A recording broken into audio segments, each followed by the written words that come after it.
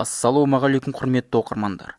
Мемлекет басшысы Қасым-Жомарт Тоқаев Ресей Федерациясының президенті Владимир Путинге Қазақстан мен Ресей арасындағы дипломатиялық қарым-қатынастардың орталығына 30 жыл толуына байланысты құттықтау хат жолдады. Хатта екі елдің дипломатиялық байланысы ұзақ мерзімді мүдделеріне сай келетіні атап өтілген. Соңғы 10 жылдықтарда екі мемлекет достық пен тату көршіліктің берік байланыстарына, ортақ тарихи және рухани құндылықтарға негізделген шынайы одақтас стратегиялық серіктестік қатынастарын құрды.